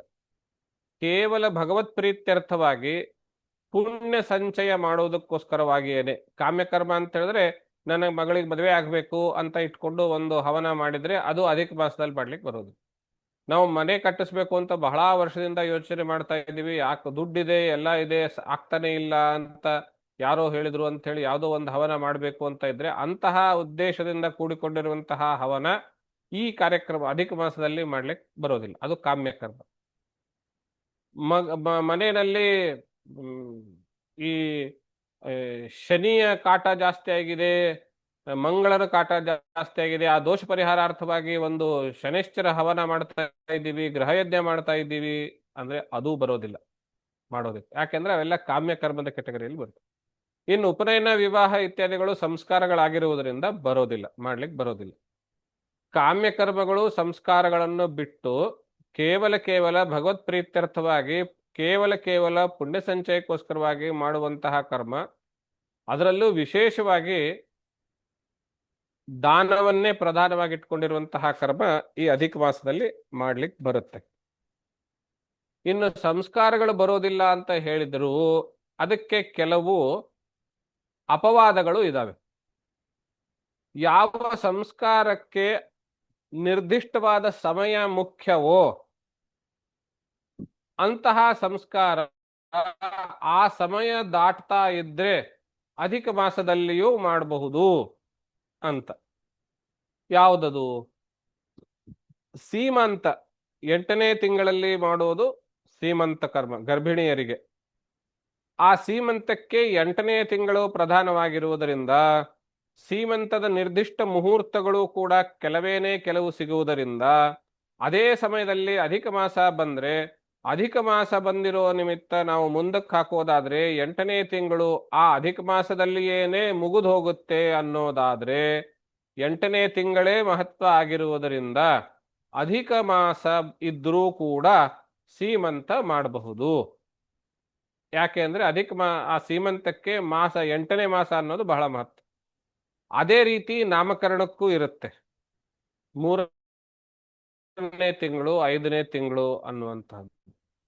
ಅದೇ ರೀತಿ ಪ್ರಥಮ ಕೇಶಕರ್ತನ ನಾವು ಯಾವ್ದನ್ನ ನಮ್ಮ ಪ್ರಾಂತದಲ್ಲಿ ಜಾವಳ ಅಂತ ಹೇಳ್ತೀವಿ, ಅದರಲ್ಲಿ 12ನೇ ತಿಂಗಳು 13ನೇ ತಿಂಗಳು ಅಂತ ಇರುತ್ತೆ. ಅಂತಹ ಕಾಲ ನಿರ್ದಿಷ್ಟವಾಗಿರುವುದರಿಂದ ಆ ಸಮಯದಲ್ಲಿ ಅಧಿಕ ಮಾಸದ ನಿಮಿತ್ತವಾಗಿ ಕಾಲವು ಮುಗಿದು ಹೋಗುವಂತಹ ಸಂದರ್ಭ ಬಂದರೆ ಆವಾಗ ಆ ಕರ್ಮಗಳನ್ನು ಅಧಿಕ ಮಾಸದಲ್ಲಿ ಮಾಡಬಹುದು ಅಂತ. ಇನ್ನು ಶ್ರಾದ್ದಾದಿ ಕರ್ಮಗಳು ಚಾಂದ್ರಮಾನ ಮಾಸದಲ್ಲಿಯೇನೇ ಮಾಡಬೇಕಾಗಿರುವುದರಿಂದ ಪ್ರತಿ ಸಾಂವತ್ಸರಿಕ ಶ್ರಾದ್ದಗಳು ಅಂದ್ರೆ ಪ್ರತಿ ವರ್ಷ ಮಾಡುವಂತಹ ಶ್ರಾದ್ದಗಳು ಅಂದ್ರೆ ಮರಣವಾಗಿ 1 ವರ್ಷಕ್ಕಿಂತ ಹೆಚ್ಚಾಗಿದೆ 2ನೇ 3ನೇ 4ನೇ 5ನೇ ವರ್ಷಗಳಿದ್ರೆ ಅಧಿಕ ಮಾಸ ಮುಂಚೆ ಬರುತ್ತೆ, ನಿಜ ಮಾಸ ನಂತರ ಬರುತ್ತೆ. ಆವಾಗ ಅಧಿಕ ಮಾಸದಲ್ಲಿ ಆ ಶ್ರಾದ್ದ ಮಾಡದೇನೆ ನಿಜ ಮಾಸದಲ್ಲಿ ಮಾಡಬೇಕು. ಅಂದ್ರೆ ಇವಾಗ ಜ್ಯೇಷ್ಠ ಮಾಸದಲ್ಲಿ ಯಾರ್ದಾದ್ರೂ ಶ್ರಾದ್ದಗಳಿದ್ರೆ ಅವರು ಅಧಿಕ ಜ್ಯೇಷ್ಠದಲ್ಲಿ ಶ್ರಾದ್ದಗಳನ್ನ ಮಾಡದೆ ನಿಜ ಜ್ಯೇಷ್ಠದಲ್ಲಿ ಶ್ರಾದ್ದಗಳನ್ನು ಮಾಡಬೇಕು. ಇದಕ್ಕಿನ್ನೊಂದು ಅಪವಾದದ ಮೇಲೊಂದು ಅಪವಾದ ಏನು ಅಂದ್ರೆ ಪ್ರಥಮ ಸಾಂವತ್ಸರಿಕ ಅಂತ ಏನಿರುತ್ತೆ, ಮೊದಲನೇ ವರ್ಷದ್ದು ಅಂತ ಏನಿರುತ್ತೆ, ಅದು 12ನೇ ತಿಂಗಳು ಮಹತ್ವ ಆಗಿರುವುದರಿಂದ 360 ದಿವಸಗಳು ಮಹತ್ವ ಆಗಿರುವುದರಿಂದ ಆ 12ನೇ ತಿಂಗಳೇನೆ ಅಧಿಕ ಬಂದಿದ್ರೆ ಆವಾಗ ಅಧಿಕದಲ್ಲಿಯೇನೆ ಅವರು ಆ ಕರ್ಮ ಆ ಶ್ರಾದ್ದಾದಿಗಳನ್ನ ಮಾಸಿಕ ಮತ್ತು ಶ್ರಾದ್ದ ಅಂತೇನು ಹೇಳ್ತೀವಿ ಆ ಶ್ರಾದ್ದಾದಿಗಳನ್ನು ಮಾಡಬೇಕು ಅನ್ನುವಂಥದ್ದು. ಈ ಪ್ರಕಾರವಾಗಿ ಈ ಮಲಮಾಸ ಅನ್ನುವಂತಹದ್ದು ಜ್ಯೋತಿಷ್ಯದ ಒಂದು ವಿಸ್ಮಯ ಘಟನೆ ಆಧಾರದ ಮೇಲೆ ಹುಟ್ಟಿಕೊಂಡಿರುವಂತಹದ್ದು. ಅದೆಷ್ಟೋ ಧರ್ಮಶಾಸ್ತ್ರೀಯ ಕರ್ಮಗಳಿಗೆ ತಿರಸ್ಕೃತವಾದರೂ ಪುರುಷೋತ್ತಮನ ಒಂದು ಅನುಗ್ರಹದ ಮೂಲಕವಾಗಿ ದಾನಾದಿ ಕರ್ಮಗಳಿಗೆ ಎಲ್ಲ ಬೇರೆ ಸಮಯದಲ್ಲಿ ಮಾಡಿರುವ ದಾನಕ್ಕಿಂತಲೂ ಹೆಚ್ಚಿನ ಫಲವನ್ನು ಕೊಡುವಂತಹ ವಿಶೇಷ ಸಾಮರ್ಥ್ಯ ಉಳ್ಳುವಂತಹದ್ದು ಅಧಿಕ ಮಾಸ. ಆ ಕಾರಣದಿಂದ ಅಧಿಕ ಮಾಸದಲ್ಲಿ 33 ಅಪೂಪ ದಾನಗಳು, 33 ದಂಪತಿ ಪೂಜೆ ಇತ್ಯಾದಿ ಕರ್ಮಗಳು ನಡೀತಾ ಇರ್ತವೆ. ಇಷ್ಟು ಅಧಿಕ ಮಾಸದ ಸುತ್ತಮುತ್ತಲಿನ ವಿಚಾರ. ಅಧಿಕ ಮಾಸ ಮಹಾತ್ಮೆ ಅಂತಲೇನೆ ಒಂದು ಕೂರ್ಮ ಪುರಾಣವೋ ಪದ್ಮ ಪುರಾಣವೋ ಪದ್ಮದಲ್ಲಿದೆ. ಸುಮಾರು 40-45 ಅಧ್ಯಾಯಗಳಿದ್ದಾವೆ. ಅನೇಕ ಕಥೆಗಳಿದ್ದಾವೆ ಅದರಲ್ಲಿ. ಆ ಕಥೆಗಳೆಲ್ಲವೂ ಕೂಡ ಅದರಲ್ಲಿ ವಿಶೇಷವಾಗಿ ಕರ್ಮ ಆಚರಣೆಗೆ ಸಂಬಂಧಪಟ್ಟಂತೆ ಬಹಳಷ್ಟು ಅಧ್ಯಾಯಗಳು, ಕೆಲವು ಕಥೆಗಳು ಇದ್ದಾವೆ. ಆ ಎಲ್ಲಾ ಕಥೆಗಳು ಅಧಿಕ ಮಾಸದಲ್ಲಿ ಮಾಡಿರುವ ದಾನದ ಪುಣ್ಯದ ಫಲವಾಗಿ ಯಾರ್ಯಾರು ಏನೇನು ಲೋಕಗಳನ್ನ ಏನೇನು ಫಲಗಳನ್ನ ಪಡ್ಕೊಂಡ್ರು ಅನ್ನುವಂತಹ ವಿಚಾರಗಳ ಕುರಿತವಾಗಿ ಅಧಿಕ ಮಾಸ ಮಹಾತ್ಮೆ ಅನ್ನುವಂತಹದ್ದು ಇರುತ್ತೆ. ಅನೇಕ ಜನರು ಭಾವಿಕರು ದೇವಾಲಯಗಳಲ್ಲಿ ಅಥವಾ ತಮ್ಮದೇ ಆಗಿರುವಂತಹ ಒಂದು ಗುಂಪನ್ನು ಕಟ್ಟಿಕೊಂಡು ಈ ಸಂದರ್ಭದಲ್ಲಿ ಅಧಿಕ ಪುರಾಣ ಕೇಳೋದು ಅನ್ನುವಂಥದ್ದು ವಾಡಿಕೆಯಲ್ಲಿ ಇರುತ್ತೆ. ಇಷ್ಟು ಸಾಕಾ ಗುರುಗಳೇ? ಒಂದು ಪ್ರಶ್ನೆ ನಂದು ಒಂದು ಪ್ರಶ್ನೆ ಇದೆ, ಅವ್ರು ಕೇಳಾದ್ಮೇಲೆ ಕೇಳ್ತೀನಿ. ನಾನು ಕೇಳ ಮೇಡಮ್? ಒಬ್ಬೊಬ್ಬ ಮಹೇಶ್ ಹೇಳಿ, ನೀವು ಕೇಳಾದ್ಮೇಲೆ ಅವ್ರು ಕೇಳ್ತಾರಂತೆ. ನಾನು ಕೇಳ್ತೀನಿ. ಧನ್ಯವಾದ. ಗುರುಗಳೇ, ಇದನ್ನ ಅಧಿಕ ಮಾಸವನ್ನ ನಾವು ಗುರುಗಳೇ ಕೇಳಿಸ್ತದ? ಹಾ, ಕೇಳಿಸ್ತದೆ ಗುರುಗಳೇ. ಈಗ ಅಧಿಕ ಮಾಸವನ್ನು ನಾವು ಧರ್ಮಾಧಾರಿತವಾಗಿ ಅಧಿಕ ಮಾಸವನ್ನು ನಾವು ಧರ್ಮಾಧಾರಿತವಾಗಿ ನೋಡಿದ್ರೆ ಸನಾತನಿಗಳಿಗೆ ಎಫೆಕ್ಟ್ ಫುಲ್ ಅದ, ಅಥವಾ ಯೂಸ್ಫುಲ್ ಅದ ಅನ್ಕೋಬಹುದು ಗುರುಗಳೇ. ಆದ್ರೆ ಉಳಿದಂತ ಜನಾಂಗಿ ಟೋಟಲ್ ಏನ್ ಜನಾಂಗ ಅದ ಜಗತ್ತಿನೊಳಗ ಅವರು ಜಿಯೋಗ್ರಫಿಕಲ್ ಆಗಿ ವಿಚಾರ ಮಾಡಿದ್ರ ಅವ್ರಿಗೆ ಇದರಿಂದ ಏನ್ ಎಫೆಕ್ಟ್ ಆಗ್ಬೋದ್ರಿ? 11 ದಿವಸ ಬರ್ತದೋ ಹೋಗ್ತದೋ ಗೊತ್ತಿಲ್ಲ, ಬಟ್ ನನಗೆ 365 ದಿವಸ ಅಷ್ಟೇ ಇರ್ತದಲ್ಲ. ಆಗ್ತಾ ಇದೆ. ಹಾ, ಇಲ್ಲಿ ದಿವಸಗಳು 365 ದಿವಸಗಳು. ನಾವು ಈ ತಿಥಿ ವಾರ ಮಾಸ ಎಲ್ಲ ಮಾಡ್ಕೊಂಡಿರೋದು ಯಾತಕ್ಕೆ? ಧರ್ಮಾಚರಣೆ ಹಿನ್ನೆಲೆಯಲ್ಲೇ ಮಾಡ್ಕೊಂಡಿರೋದು, ಬರೀ ದಿನ ಎಣಿಸ್ಕೊಂಡು ಕೂಡೋದಕ್ಕಲ್ಲ. ಹ್ಮ್ ಈ ತಿಥಿಗಳಲ್ಲಿ ಈಗ ಕೂಡ ಈ ನಾನ್ ಜ್ಯೋತಿಷದಲ್ಲಿ ಇದೆ ಅಂತಾನೆ. ಈ ತಿಥಿಗಳು ಈ ಮೊದಲನೇ 5 ತಿಥಿಗಳು ಅದಕ್ಕೆಲ್ಲ ಬೇರೆ ಬೇರೆ ಹೆಸರುಗಳಿದಾವೆ. ಇದು ತಿಥಿ ಪುಣ್ಯ ಹೆಚ್ಚು ಕೊಡುತ್ತೆ, ಈ ತಿಥಿ ಇದು ಒಳ್ಳೇದಲ್ಲ ಅಂತೆಲ್ಲ. ತಿಥಿ, ನಕ್ಷತ್ರ, ಯೋಗ, ವಾರ ಇವೆಲ್ಲವೂ ಕೂಡ ಧರ್ಮಾಚರಣೆ ಆಧಾರದ ಮೇಲೇನೆ, ಧರ್ಮಾಚರಣೆಗೆ ಅನುಕೂಲ ಆಗಲಿ ಅನ್ನೋ ಕಾರಣದಿಂದಲೇ ನಿರ್ಣಯ ಮಾಡ್ಕೊಂಡಿರೋದು. ಸುಮ್ನೆ ಡೇಟ್ ಕೌಂಟ್ ಮಾಡೋದಕ್ಕಿರೋ ಕ್ಯಾಲೆಂಡರ್ ಅಲ್ಲ ಇದು. ಅಲ್ಲ, ಅಂದ್ರೆ ಉಳಿದವ್ರಿಗೆ ಏನ್ ಎಫೆಕ್ಟ್ ಇಲ್ಲಲ್ಲ ಅಂತ. ಧರ್ಮ ಬಿಟ್ರೆ, ನಾನ್ ಧರ್ಮ ಬಿಟ್ಟೆ ಅಂತ ಇಟ್ಕೊಳ್ಳಿ ಗುರುಗಳೇ, ಇದು ಎಫೆಕ್ಟ್ ಬೇರೆಯವ್ರಿಗೆ ಏನೂ ಆಗಲ್ಲಲ್ಲ, ಯಾವ ರೀತಿಯಿಂದ ಪರಿಣಾಮ ಆಗಲ್ಲಲ್ಲ? ಇಲ್ಲ, ಈಗ ನೀವು ಅಧಿಕ ಮಾಸದಲ್ಲಿ ನೀವು ಏನೂ ಕಾರ್ಯಕ್ರಮ ಮಾಡದೇ ಇದ್ರೂ ನಿಮ್ಗೇನು ಎಫೆಕ್ಟ್ ಆಗ್ತಾ ಇದೆ? ನಿಮಗೂ ಏನೂ ಆಗ್ತಾ ಇಲ್ಲ. ಅದೇ ಧರ್ಮವನ್ನ ನಾವು ಬಾಜು ಸರಿಸಿದ್ರ ಇಲ್ಲಿ ಜಿಯೋಗ್ರಫಿಕಲ್ ಎಫೆಕ್ಟ್ ಆಸ್ ಸಚ್ ನಮಗೆ ಗ್ರಹಣ ಆದಂತ ಹಂಗ ಆಗೋದಿಲ್ಲ, ಇದು ಗೊತ್ತೇ ಆಗೋದಿಲ್ಲ ಅದರ್ವೈಸ್. ಅಲ್ಲ, ಗ್ರಹಣದ ತರ ಅಲ್ಲ ಇದು. ಇಲ್ಲಿ ನೀನು ಈ ಕರ್ಮ ಮಾಡದೇ ಇದ್ರೆ ನಿನಗೆ ಏನಾದ್ರೂ ಆಗುತ್ತೆ ಅನ್ನುವಂತಹದ್ದು ಏನಿಲ್ಲ ಇದರಲ್ಲಿ. ಅದೇ ದಟ್ಸ್ ವಾಟ್. ನಾವೀಗ ಧರ್ಮಾಧಾರಿತವಾಗಿ ನಾವು ಇದನ್ನ ನೋಡ್ತೀವಿ ಅಂತಂದ್ರೆ ನಮ್ಗೆ ಇದ್ರದ್ದು ನಕ್ಷತ್ರ ಅದ್ರದ್ದು ಸಂಕ್ರಮಣ ಅವೆಲ್ಲ ಅದೆಲ್ಲ ಬರ್ತದೆ, ಎಫೆಕ್ಟ್ ಆಗ್ತದೆ, ಗೊತ್ತಾಗ್ತದೆ. ಅಲ್ಲ, ಫಸ್ಟ್ ಚೈತ್ರ, ವೈಶಾಖ, ಜ್ಯೇಷ್ಠ ಮಾಸಗಳು, ಸೋಮವಾರ, ಮಂಗಳವಾರ, ಬುಧವಾರ ಅಥವಾ ಪ್ರತಿಪದಾ, ತೃತೀಯ ತಿಥಿ, ಅಶ್ವಿನಿ ನಕ್ಷತ್ರ, ಈ ಎಲ್ಲಾ ನಕ್ಷತ್ರ ತಿಥಿಗಳು ಇವೆಲ್ಲವೂ ಧರ್ಮಾಧಾರಿತವೇನೆ, ಧರ್ಮ ಆಚರಣೆಗೋಸ್ಕರವೇನೆ ಇರೋದು ಈ ಕ್ಯಾಲೆಂಡರ್. ಹೌದು ಅದು ಒಪ್ಪಿದೆ. ಇದನ್ನ ಮನದಟ್ಟು ಮಾಡ್ಕೋಬೇಕು. ಈಗ ನಾನು ಮುಸಲ್ಮಾನರಲ್ಲಿ ನೋಡೇನ್ ಗುರುಗಳೇ, ಅವರಲ್ಲಿ ಬರೋ ರಂಜಾನ್ ಎವ್ರಿ ಇಯರ್ ಏನ್ ರಂಜಾನ್ ಬರ್ತದಲ್ಲ, ಆ ರಂಜಾನ್ ಪ್ರತಿ ವರ್ಷ 11 ದಿವಸ ರಿಲೀಸ್ ಆಗ್ತದೆ. ನಾ ಇದನ್ನ ಯಾಕಂದ್ರ ಅವ್ರ ತಿಂಗಳಿಗೆ 30 ದಿವಸ ಇಲ್ಲ ಅವರಿಗೆ. ಅಲ್ಲ, ಅದು ಯಾಕಂದ್ರೆ ಅವರಿಗೆ ಅವರು ಚಂದ್ರನ ಹುಟ್ಟು ಮತ್ತು ಚಂದ್ರನ ಅಸ್ತದ ಆಧಾರದ ಮೇಲೆ ಮಾಡ್ತಾ ಇರೋದ್ರಿಂದ 27 ದಿವಸಗಳಿಗೆ 1 ತಿಂಗಳು ಅವರಿಗೆ, 30 ದಿವಸಕ್ಕಲ್ಲ 1 ತಿಂಗಳು ಅವರಿಗೆ. 27 ದಿವಸಗಳಿಗೆ 1 ತಿಂಗಳು ಚೇಂಜ್ ಆಗ್ತದೆ. ಅಲ್ಲ, ಅಲ್ಲಿ ನಾವು ಟ್ಯಾಲಿ ಮಾಡಿದ್ರೆ 36 1 ತಿಂಗಳ ವ್ಯತ್ಯಾಸ. ಕರೆಕ್ಟ್. ನಾವು ಟ್ಯಾಲಿ ಮಾಡಿದ್ರೆ ಅವರು ಕೂಡ ಅಧಿಕ ಮಾಸ ತರಾನೇ ಅವ್ರಿಗೆ ಆ ತರ ಏನು ಮಾಡ್ಕೊಂಡಿಲ್ಲ, ಅವರು ಮಾಡ್ಕೊಂಡಿಲ್ಲ. ದಾನ ಧರ್ಮ ಎಲ್ಲ ಅವ್ರು ಆ ತಿಂಗಳಲ್ಲೇ ತುಂಬಾ ಮಾಡ್ತಾರೆ ಗುರುಗಳೇ. ರಂಜಾನ್ ನಲ್ಲಿ ನಮ್ ಸೆಕ್ಷನ್ ಅಲ್ಲಿ ಇದ್ರು, ಅವರು ತುಂಬಾ ಮಾಡೋರು.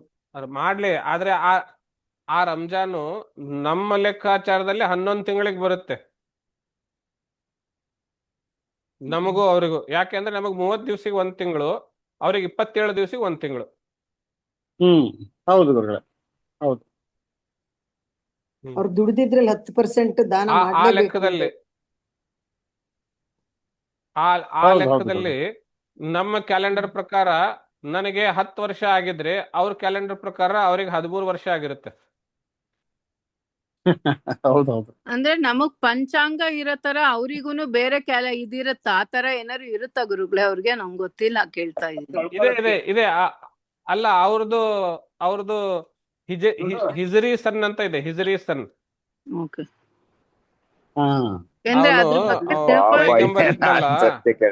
ಅವನು ಮಕ್ಕಾದಿಂದ ಮದೀನಕ್ಕೆ ಹೋದ್ನಲ್ಲ, ಆ ಡೇಟ್ ಇಂದ ಹಿಡ್ಕೊಂಡು ಅವ್ರ ಕ್ಯಾಲೆಂಡರ್ ಶುರು ಆಗುತ್ತೆ.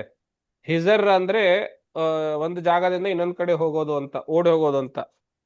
ಯಾವ ಡೇಟ್ ಇಂದ ಅವನು ಹೊರಟು ಹೋದ್ನೋ, ಮಕ್ಕಾದಿಂದ ಮದೀನಾನೋ ಮದೀನಾದಿಂದ ಮಕ್ಕನೋ ಗೊತ್ತಿಲ್ಲ ನಂಗೆ, ಅವರು ಹೊರಟ್ರು ಆ ದಿನದಿಂದ ಅವ್ರ ಕ್ಯಾಲೆಂಡರ್ ಶುರು ಆಗುತ್ತೆ, ಹಿಜ್ರಿ ಸನ್ ಅಂತ. ಅದು ತಿಂಗಳಿಗೆಲ್ಲ ಒಂದೊಂದು ಹೆಸರಿದೆ. ಅವರು ಕ್ಯಾಲೆಂಡರು ಅವ್ರ ಧರ್ಮಾಚರಣೆಗೋಸ್ಕರವೇನೆ ಇರೋದು ಕ್ಯಾಲೆಂಡರ್. ಗುರುಗಳೇ, ನಂದು ಅಧಿಕ ಮಾಸಕ್ಕೆ ಸಂಬಂಧಪಟ್ಟಿದ್ದ ಆಚರಣೆ ಬಗ್ಗೆ ಅಲ್ಲ, ಅಧಿಕ ಮಾಸದಲ್ಲಿ ಹುಟ್ಟಿದವ್ರ ಬಗ್ಗೆ. ಏನು ಹುಟ್ಟಿದ್ರೆ?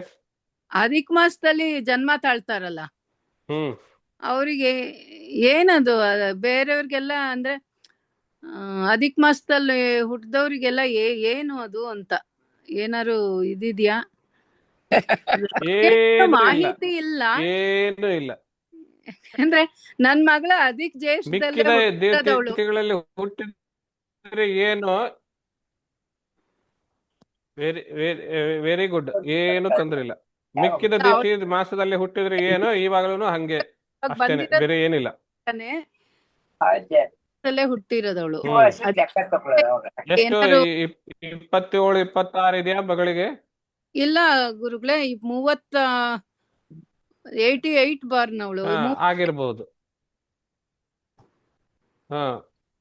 38 38 ಆಗಿಲ್ಲ, ಇನ್ನ ಜೂನ್ ಆಗಿರ್ಬೋದು. ಬಟ್ ಇದ್ರ ಪ್ರಕಾರ ಅವಳು ಆಗ್ಬೋದು. ಬಹುಳ ಜ್ಯೇಷ್ಠ ಬಹುಳ ನವಮಿ ಹುಟ್ಟಿರೋದವಳು. ಅದೇ ಮಾಸ ವಾಪಸ್ ಮತ್ತೊಂದು ಬಾರಿ ಅಧಿಕ ಬರೋದಕ್ಕೆ 27ರಿಂದ 37 ವರ್ಷ ಬೇಕು. ಅದೇ ಅವಳಿಗೆ ಇವಾಗ ಬಂದಿದೆ ಅನ್ಸುತ್ತೆ. ಅವಳಿಗೆ ಈಗ ಆಗತ್ತೆ. 30 ಇದೆ, 38 ತುಂಬ ಇರ್ಬೋದು. ಅಧಿಕ ಮಾಸದಲ್ಲಿ ಹುಟ್ಟಿದ್ರೆ ಏನೇನು ವ್ಯತ್ಯಾಸ ಇಲ್ಲ. ಉಳಿದ ಎಲ್ಲಾ ಮಾಸದಲ್ಲಿ ಹುಟ್ಟಿದಂತೆ ಅದು ಕೂಡ. ಗುರುಗಳೇ, ಗುರುಗಳೇ, ಅಧಿಕ ಮಾಸದಲ್ಲಿ ಜಪಗಳನ್ನ ಮಾಡಿದ್ರು ಒಳ್ಳೇದು ಅಂತ ಹೇಳ್ತಾರೆ. ಹೌದು, ಪುಣ್ಯ ಸಂಚಯಕ್ಕೋಸ್ಕರವಾಗಿ ಭಗವತ್ ಪ್ರೀತ್ಯರ್ಥವಾಗಿ ಏನ್ ಮಾಡಿದ್ರು ಒಳ್ಳೇದು. ಏನ್ ಮಾಡೋದು? ನಮಸ್ಕಾರ. ಅಧಿಕ ಮಾಸದಲ್ಲಿ ಸತ್ತವ್ರಿಗೆ ವೈದಿಕ ಯಾವಾಗ ಮಾಡ್ಬೇಕು? ಯಾವ ಅಧಿಕ ಇರುತ್ತೋ ಅದು ಮುಂದಿನ ಬಾರಿ ನಿಜ ಜ್ಯೇಷ್ಠ ಬರುತ್ತಲ್ಲ ಅವಾಗ ಮಾಡ್ಬೇಕು. ಗುರುಗಳೇ, ನಂದೊಂದು ಪ್ರಶ್ನೆ ಇತ್ತು ಗುರುಗಳೇ. ಈ ಅಧಿಕ ಜ್ಯೇಷ್ಠದಲ್ಲಿ ಇವಾಗ ಯಾವ್ದೋ ಒಂದ್ ತಿಥಿ ಇರುತ್ತೆ ಅಂತ ಇಟ್ಕೊಳ್ಳಿ. ಅಧಿಕ ಜ್ಯೇಷ್ಠದಲ್ಲಿ ಮರಣ ಆಯ್ದ್ರೆ ಹೌದು, ಆವಾಗ ಅದು ಮುಂದಿನ ಜ್ಯೇಷ್ಠ ಮಾಸದಲ್ಲಿ ಮಾಡ್ಬೇಕಾ? ನಿಜ ಜ್ಯೇಷ್ಠದಲ್ಲೇ ಮಾಡ್ಬೇಕು. ನಿಜ ಜ್ಯೇಷ್ಠದಲ್ಲೇ ಮಾಡೋದು. ಅಧಿಕ ಜ್ಯೇಷ್ಠದಲ್ಲಿ ಏನು ಮಾಡಂಗಿಲ್ಲ. ಈಗ ಇವ್ರು ಹೇಳದಂತೆ ಆತರ ಏನಿಲ್ಲ, ಏನು ಮಾಡ್ಬೇಕಾಗಿಲ್ಲ, ಏನು ಮಾಡ್ಬೇಕಾಗಿಲ್ಲ. ನಿಜ ಜ್ಯೇಷ್ಠದಲ್ಲೇ ಮಾಡೋದು. ಅಧಿಕ ಬಂದಾಗ ಇದನ್ನು ತಪ್ಪು ಕಲ್ಪನೆ.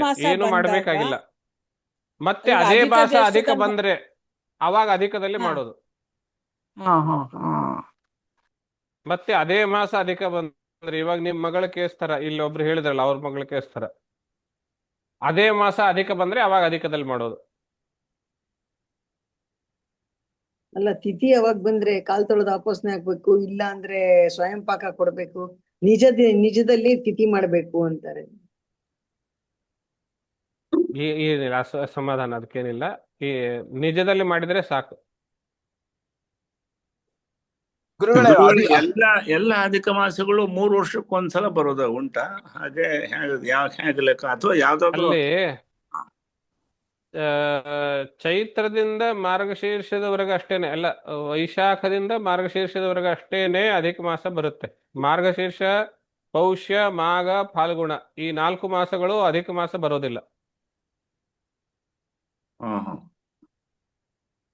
ಗುರುಗಳೇ, ಒಂದು ಅಂದ್ರೆ ಯಾವ್ದು ಮಾರ್ಗಶಿರ, ಪುಷ್ಯ, ಮಾಘ, ಮಾರ್ಗಶೀರ್ಷದಿಂದ 4.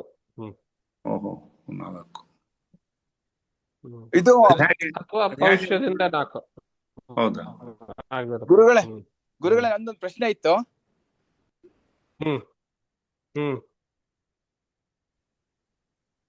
ಹೇಳಿ.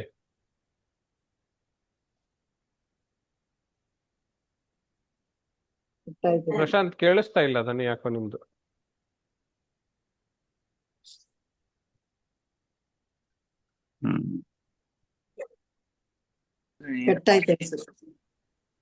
ಕೇಳಿಸ್ತಾ ಇಲ್ಲ ಅವ್ರ ಧ್ವನಿ.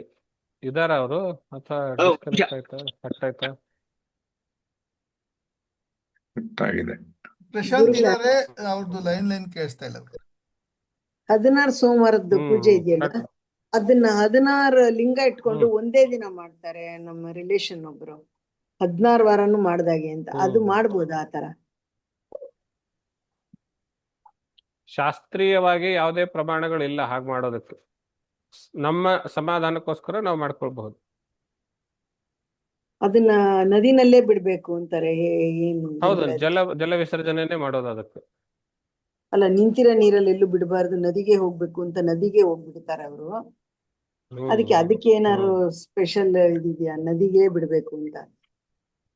ಹೋಗಕ್ಕಾಗದೆ ಇದ್ರೆ ಅಕಸ್ಮಾತ್ ಎಷ್ಟು ದಿನ ಇಟ್ಕೋ? ಸಾಧಾರಣವಾಗಿ ತೆಗೆದಿಟ್ಕೊಳ್ಬೇಕು, ಆ ಕಡೆ ಹೋದಾಗ ಹೋಗ್ಬೇಕು, ಹಾಕ್ಬೇಕು ನೆನ್ಪಿಟ್ಕೊಂಡು. ಎಷ್ಟು ದಿನ ಆದ್ರೂ ಇಟ್ಕೋಬೋದಾ ಗುರುಗಳೇ ಆತರ ಅದನ್ನ, ಲಿಂಗಗಳನ್ನ?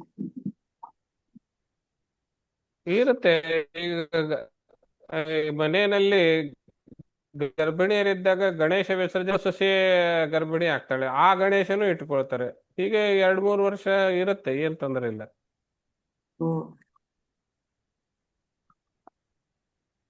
Okay, thank you. ನನ್ಗೆ ಅದು ಅವಳು ಯಾವಾಗ್ಲೂ ಮಾಡ್ತಾಳೆ 16 ಒಟ್ಟಿಗೆ ಇಟ್ಬಿಟ್ಟು, ಅದಕ್ಕೆ ಕೇಳಿದ್ರು. ಗುರುಗಳೇ, ಮತ್ತೊಂದು 33 ದಾನಗಳನ್ನು ಕೊಡ್ತಾರಲ್ಲ, ಅದರದ್ದು ಸಂಖ್ಯೆ ಮಹತ್ವ ಏನು ಗುರುಗಳೇ? ಅದು ಹೇಳಿದ್ನಲ್ಲ,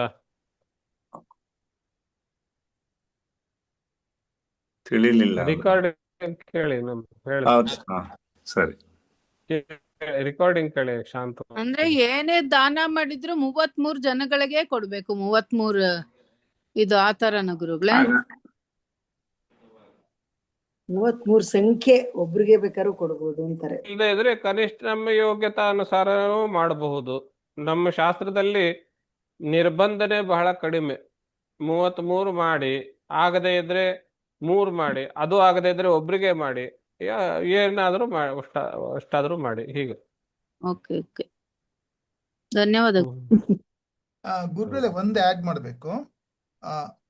ಇದು ತಮ್ಮ ಅಪ್ನೆ ಇದ್ರೆ, ಪ್ರತಿ ನಮ್ಮ ಸಂಕ್ರಾಂತಿ ಬರುತ್ತಲ್ಲ, ಬೇಸಿಕಲಿ ನಮ್ಮ ಇದು ಮಕರ ಸಂಕ್ರಾಂತಿ ಬರುತ್ತಲ್ಲ, ಜನರಲಿ ಜನವರಿ 14th ಆಸುಪಾಸಿಗೆ ಬರ್ತದೆ ಅದು. ಮಕರ ಸಂಕ್ರಾಂತಿ ಜನವರಿ 14 ಆಸುಪಾಸಿಗೆ ಬರ್ತದೆ 15th ಮೇಡಮ್. 14th 16th ಮಧ್ಯೆ ಬರುತ್ತೆ ಮೇಡಮ್. ಅದು ಬೇಸಿಕ್. ಆ ಮಕರ ಸಂಕ್ರಾಂತಿ ಒಂದು ವೈಶಿಷ್ಟ್ಯ ಏನಂದ್ರೆ, ಎರಡೂ ಚಂದ್ರಮಾನ ಮತ್ತೆ ಸೌರಮಾನ ಎರಡೂ ಕೂಡುತ್ತೆ ಅಲ್ಲಿಗೆ. ಇದಕ್ಕೆ ಆ ಡೇಟಿಗೆ ಬರುತ್ತೆ ಚಂದ್ರಮಾನ ಮತ್ತು ಸೌರಮಾನ, ಇದು ಅಲ್ಲಿಗೆ ಬರುತ್ತೆ. ಇದು ಅಧಿಕ ಮಾಸ ಬಂದಿರೋದು ಒಂದು ಕಾರಣ ಅಂದ್ರೆ, ಇನ್ನೊಂದು ಆ ಮಕರ ಸಂಕ್ರಾಂತಿ ಡೇಟ್ ಒಟ್ಟಿಗೆ ತರಿಸ್ಲಿಕ್ಕೆ ಅದು ಹೆಲ್ಪ್ ಆಗತ್ತೆ ಅಂತ ಒಂದು ವಿಶ್ಲೇಷಣೆ ಇದೆ. ಅಫ್ಕೋರ್ಸ್ ನಿಮ್ದೆಲ್ಲ ಜೊತೆಗೆ ಸೇರ್ಕೊಂಡ್ಬಿಟ್ಟು 33 ಅಂದ್ರೆ ಗುರುಗಳೇ, ಅಷ್ಟವಸ್ತುಗಳು, ಏಕಾದಶ ರುದ್ರರು ಮತ್ತೆ ಹೇಳ್ತಾರಲ್ಲ, ಅದು ಹಾಗೆ ಆ 33 ಇಲ್ಲಿ ಸಂಬಂಧ ಬರೋದಿಲ್ಲ. ಅದದ್ದು ಇದ್ರಲ್ಲಿ ಮಾಧುರ್ ಮನೆಗಳಲ್ಲಿ ಇದನ್ನು ರಂಗೋಲಿ ಹಾಕ್ತಾರೆ, ಅದು ಅಷ್ಟವಸ್ತುಗಳು, ಏಕಾದಶ ರುದ್ರರು ಹಾಗೆ ಅಲ್ಲ. ಹಾಕ್ತಾರೆ, ಸರಿ ಇದೆ. ಆದ್ರೆ ಆ 33 ಈ 33ಕ್ಕೆ ಸಂಬಂಧ ಇಲ್ಲ. ಅದು ಅಧಿಕ ಇಲ್ಲದೆ ಇದ್ರು ಆ 33 ಹಾಗೆ ಇರುತ್ತೆ. ಇದರಲ್ಲಿ ನಿರ್ದಿಷ್ಟವಾಗಿ ವಿಷ್ಣುವಿನ 33 ಹೆಸರುಗಳೇ ಇದಾವೆ ಇದರಲ್ಲಿ. ಓ ಸರಿ ಸರಿ. ಇದಕ್ಕೊಂದು ಸಂಕೇತ ಕೊಡ್ತೇವೆ ಒಳ್ಳೆ. 3/3 ಅಂದ್ರೆ 1 ಆಗತ್ತೆ ವಿಷ್ಣು ಅಂತೇಳಿ. 3/3 × 3 ಮಾಡಿದ್ರೆ 9 ಆಗತ್ತೆ, ಅದು ದೇವ್ರ ನಂಬರು. ಆ ತರ ಒಂದು ವಿಶ್ಲೇಷಣೆ ಇದೆ. ಇದಕ್ಕೆ ಕಳ್ಸ್ಕೊಡ್ತೀನಿ ಸಿಕ್ಕಿದ್ರೆ ಮೇಲೆ. ಇರ್ಬೋದು. ಇಂಟರ್ಪ್ರಿಟೇಷನ್ ಬಹಳಷ್ಟು ಇರುತ್ತೆ. ಇಂಟರ್ಪ್ರಿಟೇಷನ್ ಹಾಗೆ ಮಾಡ್ಕೊಂಡು ಹೋಗ್ಬಹುದು. ಲೆಕ್ಕದಲ್ಲಿ ಕೊಡ್ತಾರೆ, ಅದೇನು ಅಂತ.